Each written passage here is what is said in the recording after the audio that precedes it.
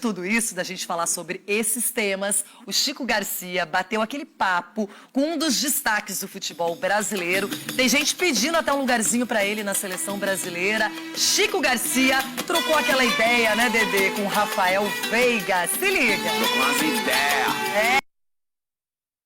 Show, tô aqui com um meia que é destaque do futebol brasileiro nas últimas 2 temporadas, o meia do Palmeiras, Rafael Veiga. Bom dia pra você, Veiga. Me conta como é que tá a ansiedade aí pra disputa do Mundial. Bom dia, tudo bem? Primeiro um prazer estar falando com vocês, né?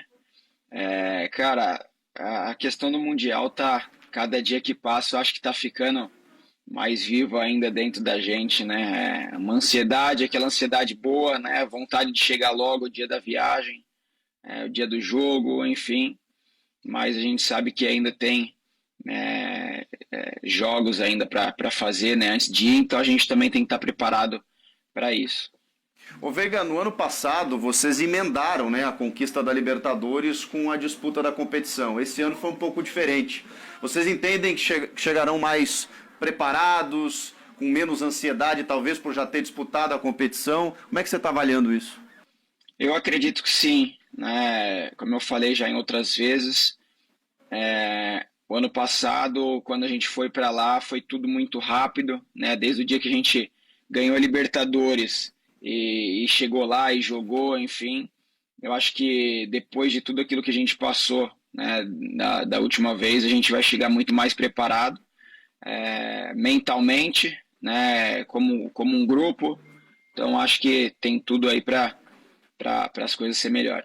O Abel foi um cara, imagino eu, importante na tua trajetória, né, Veiga? Porque, se eu não me engano, no final de 2019, você demonstrou uma insatisfação por estar sendo subaproveitado, inclusive até houve notícias de que você poderia ser negociado. De repente vem 2020, inicialmente o Luxemburgo, mas depois, quando chega o Abel, você simplesmente se torna uma referência do time. O que você pode falar desse português aí, cara, que chegou sem nenhum título conquistado, ainda jovem, e está fazendo história no Brasil? Bom, eu acho que o Abel, para mim, foi uma das pessoas fundamentais para toda a minha evolução, né? Toda a comissão dele.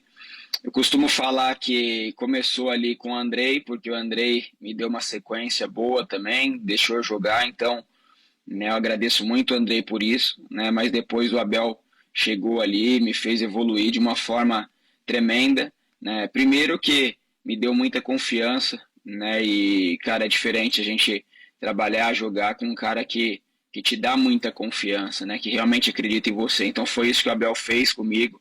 Eu me senti muito à vontade com ele, né? Me sinto muito à vontade com ele. Então, cara, agradeço muito por tudo que eu e ele e toda a equipe tem vivido juntos, porque eu acho que a gente passou muita coisa para eles, né, da comissão, enfim, ajudou também muita coisa a eles, mas eles também nos ajudou muito. Então acho que eu vejo um crescimento individual e coletivo dentro do Palmeiras absurdo.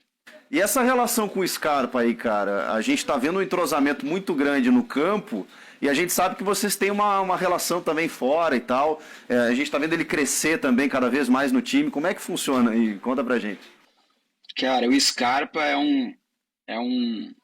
Eu e o Gustavo Gomes, a gente brinca que ele é o cachorro verde, né? Ele é um cachorro verde, porque não existe cachorro verde, né? Ele é uma pessoa que não existe, que é diferente de todo mundo, o jeito de pensar, as coisas que faz, que gosta, enfim. Mas é um cara que mesmo com todas essas diferenças, assim, é um cara que eu gosto demais, é um dos caras hoje do elenco que eu me dou melhor, né? Ele mora perto de mim aqui, às vezes pede carona, às vezes, né, a gente tá junto, enfim, mas é um cara que também me ajuda, um cara que eu aprendo muito com ele, é um cara muito inteligente e que, como jogador, eu não preciso nem falar, né? Veiga, obrigado pelo papo, viu? Pode ter certeza, eu sou um admirador do seu futebol, mas pode ter certeza que lá no estúdio tem 2 que também torcem muito por você, a Renata Fã e o Denilson Show. Eu volto com vocês no estúdio. Valeu, Veiga. Obrigado pelo papo, viu?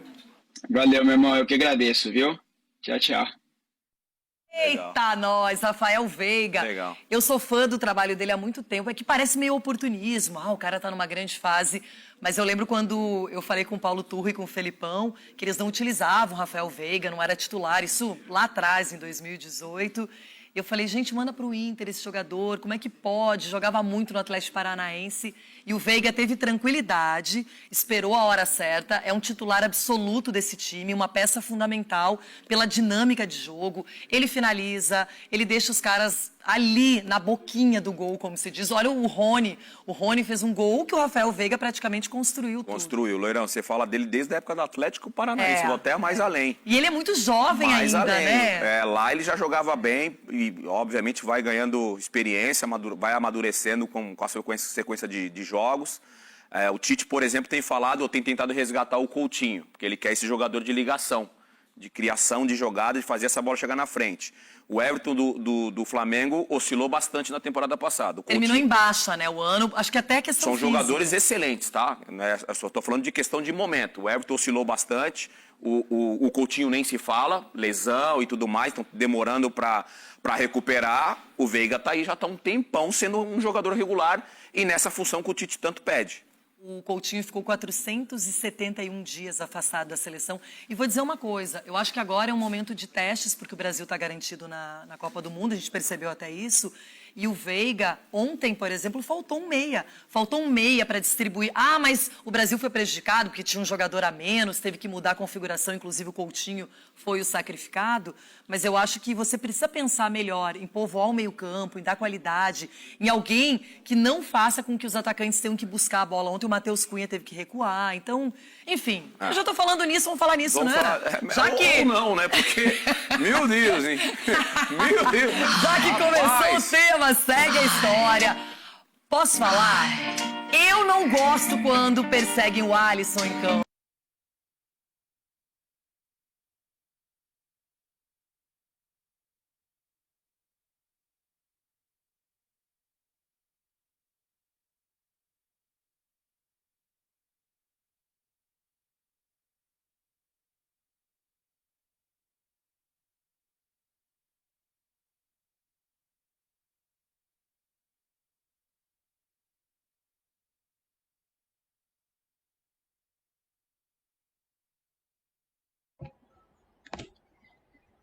Ajax não desiste de Giovani e prepara oferta ao Palmeiras que pode chegar a 100 milhões.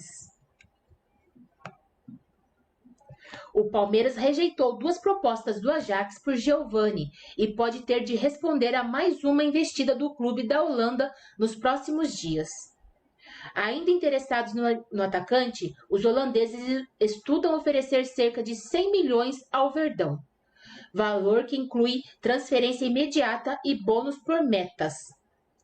Os palmeirenses ainda continuariam com a participação nos direitos econômicos do jogador de 18 anos. Antes irredutível, o Palmeiras recusou as propostas de 8 milhões de euros, cerca de 48 milhões, e 10 milhões de euros, cerca de 60 milhões de reais. A ideia da presidente Leila Pereira é manter o atacante no clube por mais tempo ou liberar somente pelo valor da multa, avaliada em 60 milhões de euros. A família de Giovani e os empresários que cuidam da carreira do atleta se mostraram interessados com a oferta. Há o entendimento de que Giovani não terá tanto espaço no elenco profissional nesta temporada, algo que foi confirmado pelo técnico Abel Ferreira, mas não vão forçar uma saída. Uma decisão sobre o futuro de Giovani terá de ser rápida. Isso porque a janela de transferências para os clubes da Holanda fecha no dia 31 de janeiro. O clube terá até a próxima segunda-feira para convencer o Palmeiras da negociação.